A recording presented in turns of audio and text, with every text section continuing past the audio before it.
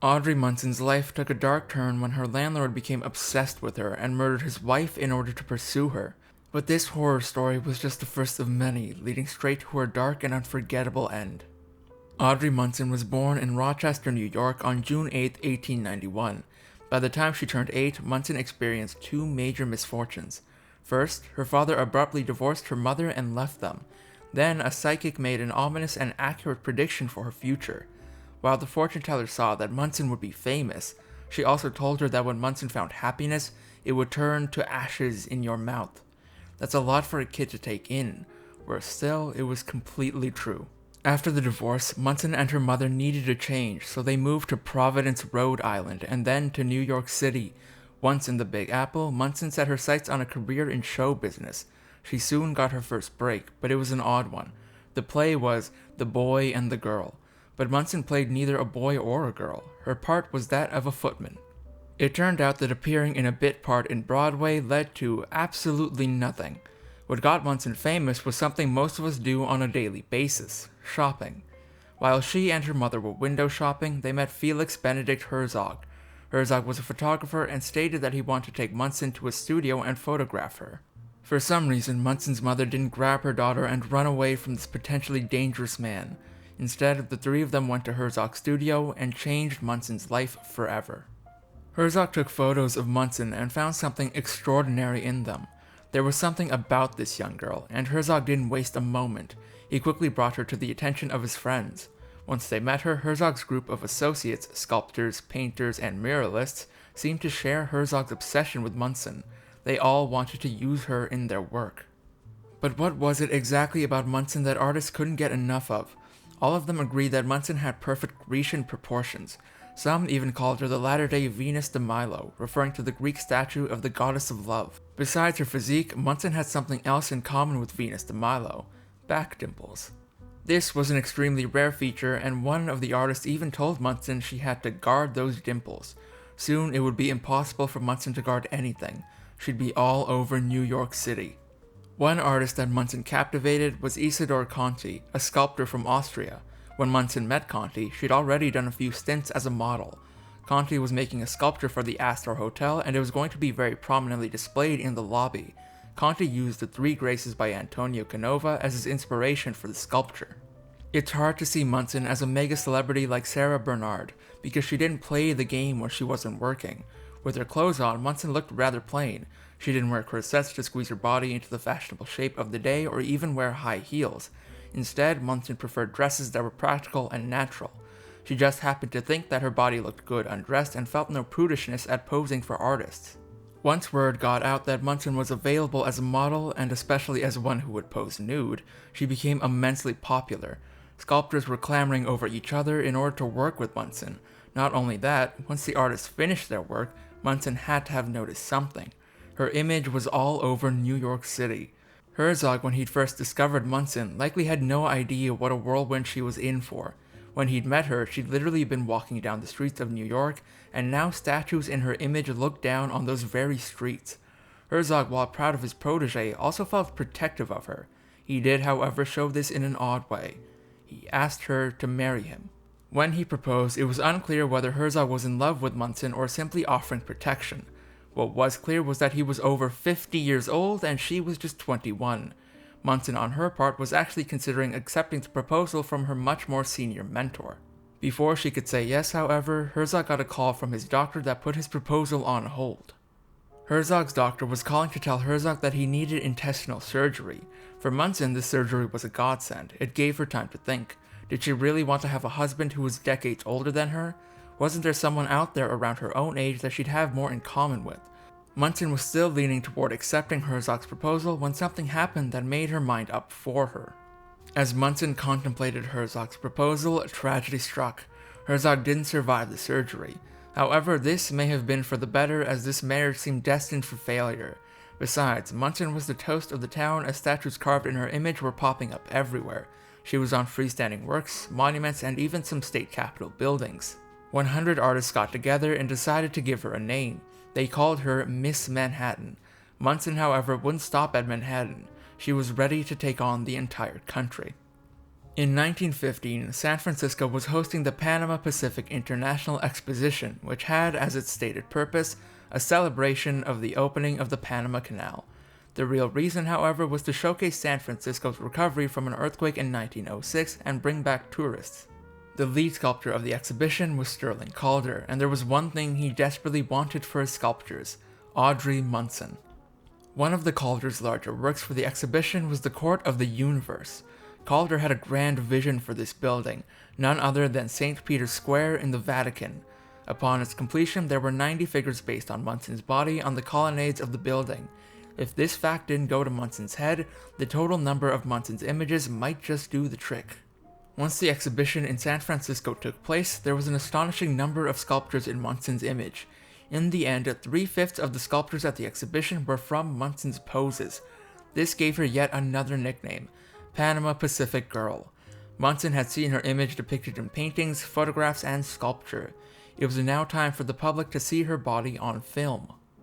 Maybe Munson grew tired of standing around while artists depicted her body. Maybe she wanted to actually do something. In 1915, Munson decided to take her celebrity as a model and, like so many models after her, get into film. At this point in history, Hollywood films were just beginning their rise to popularity. This was the silent films era, and Munson wanted a piece of it. Munson's first role in a film wasn't much of a stretch. She plays a sculptor's model. The film was called Inspiration, and it caused quite a stir. Munson appeared without any clothes on. Most critics agreed that there wasn't much of a plot. It follows an artist in search of a model. The scenes where Munson poses, however, are the real meat of the film. So it was clear. Munson could act. Or could she? While Munson was trying to shift her career from posing into acting, it turns out there wasn't much shift at all. The director wanted to leave the acting to a professional and just get Munson to do the posing in her birthday suit. The National Board of Censorship took a brief look at Munson's Inspiration and gave it a pass, and didn't even ask for any cuts. A few weeks later, the board realized what they had done and did an about-face. Some members admitted that they may have approved the film too quickly. They wouldn't reverse their decision on Inspiration, but they issued a warning to future films.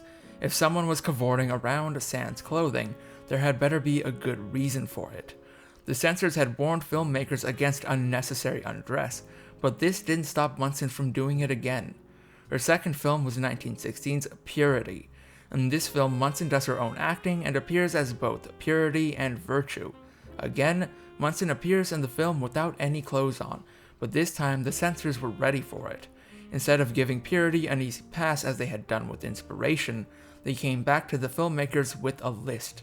The National Board of Review had a list of changes they wanted made to Purity before theaters began to show it. The list had 10 grievances, and they almost all involved Munson. The board didn't like it when the film showed Munson removing her clothes. They also didn't like it when she moved around too much with no clothes. Inexplicably, they went on to complain about her neckline being too low. Her neckline.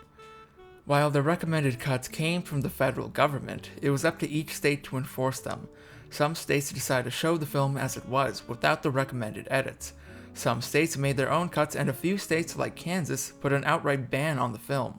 The NBR didn't seem to appreciate the mayhem involving Purity and a lack of consistent response to showing the film. This led the board to make a decision for all future films. Everyone had to have their clothes on. After just a few movies, Munson had had it with Hollywood and the censors. She kicked the dust of California off her heels and headed east. Here she partied in high society in New York City, Newport, and Rhode Island. But partying wasn't all she was doing. Strangely enough, it appears that Munson may or may not have gotten married at this time. The alleged groom was Herman Ulrich Jr., the son of a wealthy silver miner. Ulrich was at the time the richest bachelor in the world. Not a bad catch for Munson. There is, however, no record of this union. What there is a record of is a very strange letter that Munson wrote about Ulrich. It's not clear whether Munson married Ulrich or not, but it is clear that he made her very angry. In a letter Munson wrote to the US State Department, Munson accused Ulrich of ruining her chances at being a film star. She also said he was part of a network of people who were pro-Germany. Was Munson becoming unhinged? At the end of the letter, Munson suggested that she was through with America, and that she'd prefer to live in England. Sadly, Audrey Munson never made it to England. By 1919, she was living in a Manhattan boarding house with her mother. This certainly doesn't sound like a step up for the woman who had posed for so many pieces of art and appeared in films. Maybe Munson, even though she was only 28 at this time, was ready to settle down. Well, this certainly didn't happen. Not by a long shot. Once again, Munson's beauty was causing a disruption to her life. The landlord at the boarding house, a Dr. Walter Wilkins, had fallen head over heels in love with Munson. There was one big problem with this. He was already married. For some reason, divorce wasn't an option for Wilkins, so he took a drastic step, one that would spell disaster for Munson and her mother. Munson's landlord had fallen for Munson's charm and was hoping to marry her. To make this happen, he had to get out of his marriage. Instead of opting for a simple divorce, he murdered his wife. When Munson saw what her doctor friend had done, she packed up her mom and the two left town in a hurry. Once the authorities found out that Wilkins had offed his wife, they wanted to talk to Munson, except no one knew where she was. Authorities carried out a nationwide search as Munson and her mother hid away. Officers finally located the two in Toronto, Canada, and demanded they return to New York for questioning. Munson heard the demand and gave them a solid no thank you. Well, if Munson wouldn't come to New York for questioning, they'd bring the interrogators to her. Because Munson and her mother were too frightened to return to New York, they were interrogated in Toronto. The New York PD used the Burns Detective Agency to ask the two women some questions about their relationship with Wilkins. While most of what Munson said to the officers was confidential, we do know one thing she said. There was no romance between her and Wilkins. Whatever Munson said or didn't say to the investigators did nothing to save Wilkins. He was found guilty and sent to the electric chair. Before he could get to the chair, however, he hung himself in his cell. It was a tragic end for Dr. Wilkins, but not as tragic as for his wife. It was also, however, the beginning of the end for Munson. Munson's association with the murderous Wilkins did nothing for her career as a model. Well, it actually may have ended it. For some reason, Munson had fallen out of favor with artists. She was unable to find work, so she and her mother moved to Syracuse, New York. The two women needed money, so Mom began a career selling kitchen utensils door to door. Munson herself got a job taking tickets at a small museum. The Hearst Sunday magazine released 20 articles written by Munson about her career as a model for artists. Munson filled the articles with anecdotes about her life, and they served as a sort of cautionary tale to other women who were contemplating a career as a model. The articles were a big hit, but there was one thing wrong with them. Munson hadn't written them. The story was much more scandalous than just a ghostwriter. It turned out that the Hearst Sunday magazine had hired a writer to tell Munson's stories, without her permission. To make matters worse, another writer, Robert C. Leonard, wrote a screenplay based on these stories and was planning to make a movie. These two men had basically taken Munson's life in order to make money, and Munson wasn't getting a single dime out of the deal. Strangely, Munson agreed to appear in the film based on the articles that she hadn't written. As in her previous films, they hired an actor to play the dramatic parts, and Munson just appeared as a model posing with no clothes on. The film was called Heedless Moths, and it got a general thumbs down from critics. Photoplay magazine even went so far as to recommend audiences against seeing it, so as not to inflame censors to ban other more worthy films. Munson had appeared in a flop, and she hadn't even been paid for it. The public found out that the producers of Heedless Moths hadn't treated Munson very well and became outraged. To calm the masses, Alan Rock, an agent producer, took a picture of a check written out to Munson worth $27,500. Rock then paid to have the picture of the check printed in newspapers and magazines. Here, the ads tried to say, "We did pay Munson for her work." The check was a fake. The fake checks were bad enough, and then something worse happened. When they decided to create a live show to tour with the film, the producers invited Jane Thomas, the woman playing Munson, instead of Munson herself. Munson had finally had it, and she sued the producers for $15,000 and won. Munson knew how much money she could make touring with her film, so the following year she did just that, with disastrous results. In 1921, brothers Maxon and Benjamin Judell had an idea to capitalize on Munson's fame. They got the rights to her film Purity and took it and Munson on the road. To garner new interest, the Judells renamed the film Innocence, and promised live poses by Munson at each screening. Sadly, the Judell brothers weren't in it for the art of it. They were exploiting Munson's willingness to pose in the nude. This decision put Munson into a heap of trouble. On October 3rd, 1921, Munson rolled into St. Louis with Benjamin Judell and prepared for a screening of Innocence at the Royal Theatre. As per the plan, Munson took the stage to give a free show of how she posed for famous sculptors. The audience had their thrill, but someone else wasn't as pleased: the authorities. They rounded up Munson and Judell and took them down to the station. Officers had detained Munson and Judell, but what were they going to charge them with? It turned out that the authorities thought that what Munson was doing on stage was obscene. The officers were ready to lock them up in prison for an indecency charge. This certainly wasn't the money grab that Munson had signed up for. Luckily, both Munson and Judell were eventually acquitted and actually went back down to the theater and even finished out the week. This time, however, Munson kept her clothes on. Years before there was reality TV, or any TV for that matter, Munson had a novel idea for a controversial publicity stunt. She conducted a search with the help of the United Press to find a husband. The search crossed the country to find a suitable match for the woman whose image artists across the country had used as a symbol of pure beauty. A list of finalists finally appeared, naming eligible bachelors from such varying locations such as Tucson, Arizona, and Omaha, Nebraska. Now all she had to do was meet them and make her choice. The next part of Munson's plan to find a husband was for her to visit each bachelor in their home city. As the organizers were making the preparations for the tour, Munson started having cold feet. Did she really want to meet a husband this way? Did she even want to get married at all? Before she started her tour of dates, Munson spoiled the publicity stunt and announced she no longer wanted a husband. Little stunts like these weren't doing Munson any favors. People started questioning her sanity. Munson's stunt to find a husband, her arrest in St. Louis, they were all adding up to a classic celebrity breakdown. She continued down this path and began to tell lies. The biggest one was about her background. Munson carefully fabricated a link to European aristocracy and renamed herself Baroness Audrey Mary Munson, a fake name if I ever heard one. Munson had a lot of trouble in her life, but for some unknown reason she chose to blame some specific group for her woes. To remedy her problem, she went to the US House of Representatives and asked them to pass a bill. And what was this bill going to be? She wanted protection from being persecuted by the Hebrews. Munson was obviously suffering from some serious mental health issues. It got so bad that on May 27, 1922, Munson swallowed a bichloride of mercury. This was the same concoction that had taken the life of another silent film star and artist model, Olive Thomas, only a few years before, and she'd died gruesomely in great pain. Luckily, unlike Thomas, Munson survived the ordeal, but what had caused her to swallow the dangerous solution in the first place?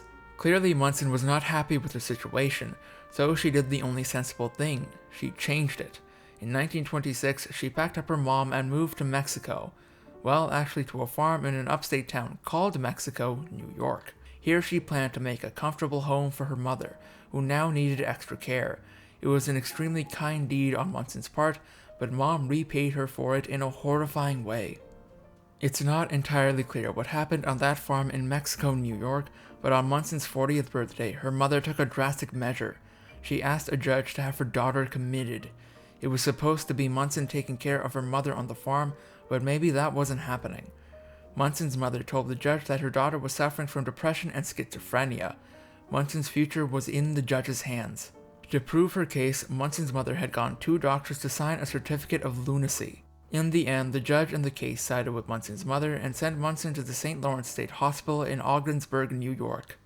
Tragically, it was there that Munson appeared to lose her lust for life. A former nurse remembers Munson as a quiet patient. In her opinion, Munson's only problem was that she was sad and certainly didn't need to be in the hospital. After spending years as the most recognizable woman in New York City, Munson's only visitor at the asylum was the one who had put her there, her mother. Once her mother passed in 1958, Munson had no one. There was an agonizing 25-year expanse of time where Munson didn't have one single visitor. Her quarter-century of loneliness was finally broken by Darlene Bradley. Bradley was Munson's half-niece and had discovered that her aunt was still alive and in an asylum. After 25 years, Munson finally had a visit. It's difficult to imagine Munson's mental state. Being locked up for more than half her life, the nurse was bathing Munson and had remarked on her back dimples, the ones people told her to protect so many years before. Munson smiled at the nurse and told her that she couldn't lose her precious dimples. It wasn't until 1996, at the age of 106, that Munson died. She died in anonymity. No one figured out who she was until 2016 when she finally got a headstone. It was on her 125th birthday. Thanks for watching History Expose. If you love uncovering the best stories in history, hit like and subscribe to keep exploring with us. Don't forget to visit our main page Factinate for more incredible facts about everything.